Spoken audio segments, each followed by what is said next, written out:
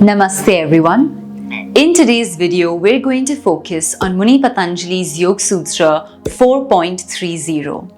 Now in this particular Yoga Sutra, Muni Patanjali is helping us to understand the depths and the most deep understanding of the two elements that create Dharmamegha Samadhi, or which can also be understood as the effects of Dharmamegha Samadhi.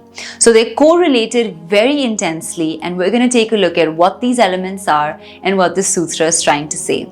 So let's dive right into the sutra and take a look at each of the words to start breaking it up even further.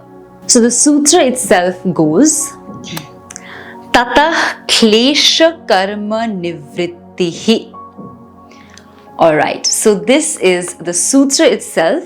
Now let's take a look at each of the words and start breaking them up step by step. The first word over here is tataha, which means from that.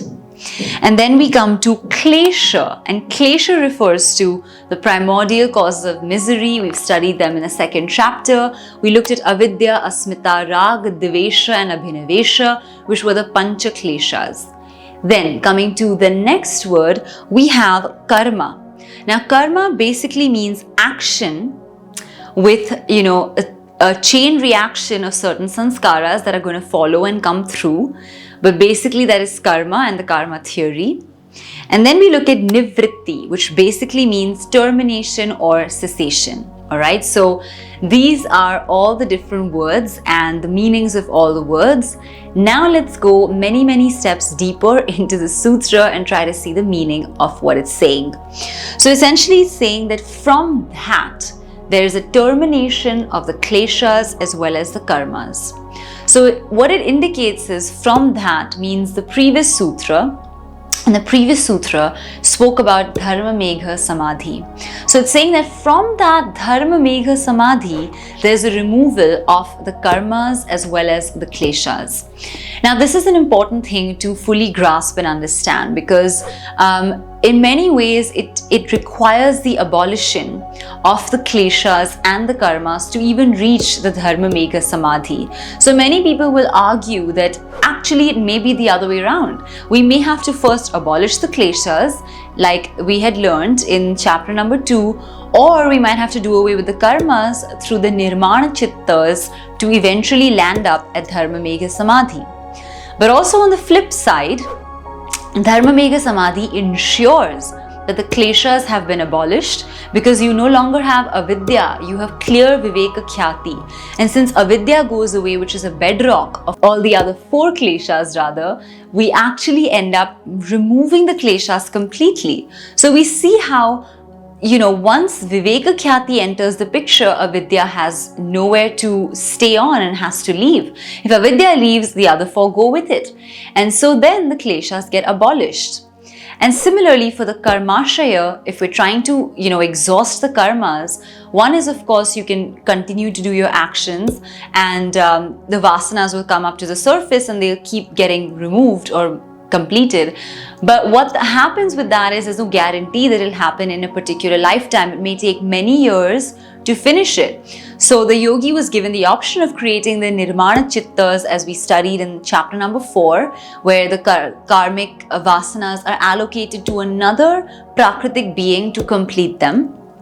And then once those are completed, there are no more karmas created, because those vasanas have been given with nishkama karma. They just have to be completed and that's it. No new desires are attached to the completion of those karmas. And therefore, no new karmas are being created. And since no new karmas are being created, neither by the nirmana chittas nor by the yog sadhak himself or herself, because of course he or she no longer wants to be in the cycle of karma. So as a result, karma itself is being taken care of. So you've exhausted your karmashaya, the kleshas have been removed, complete viveka khyati. So clearly you have reached the Dharmamegha stage, and the fact that you are in Dharmamegha also implies that you've already gone through those processes and you have emerged here. Sometimes these things are quite simultaneous, because it is so abstract that it's difficult to pause like pause it and be like, this is where the kleshas went away. It's difficult to say that in your mind span and in your scheme of things. It's easier to let the process happen and then say, oh yes, my kleshas have moved out, my karmas are no longer from a greedy place, it comes from a place of nishkama karma. So that is a very abstract process, and it can be quite simultaneous. So it's very difficult to say. It's like the egg and the chicken, right? It's like which came before which.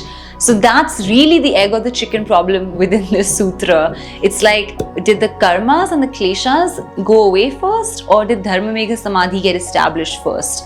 Either way, it either happens simultaneously, before or after. The point is, it's correlated, and ultimately, if you are in Dharmamegha Samadhi, it's probably already happened, or it's just about to happen, that kleshas and karmas are going to be gone. And once the karmas go away, right, the karmashaya gets exhausted. If and when you're still alive, you're going to be doing nishkama karma. So there are no more desires left.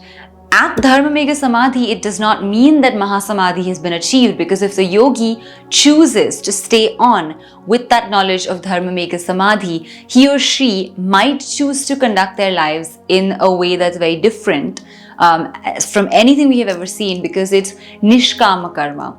Each one of us today, like every single one of us, you and me watching this video as well, we all act from a place of desire and vasana completion.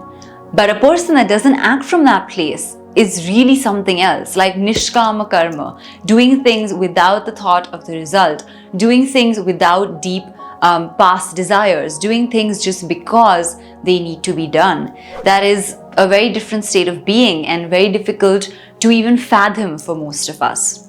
So this is what Yoga Sutra 4.30 is talking about. It's making us aware of this entire process.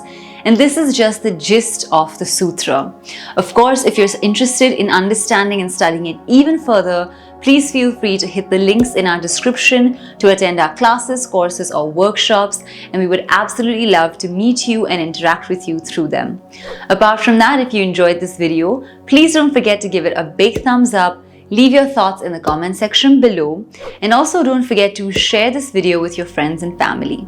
And of course, do subscribe to the channel, hit the bell icon to stay notified when we release a new video. Now, we look forward to seeing you in the next video, class, course, or workshop. Until then, take care, keep practicing, and we're going to see you very soon. Namaste.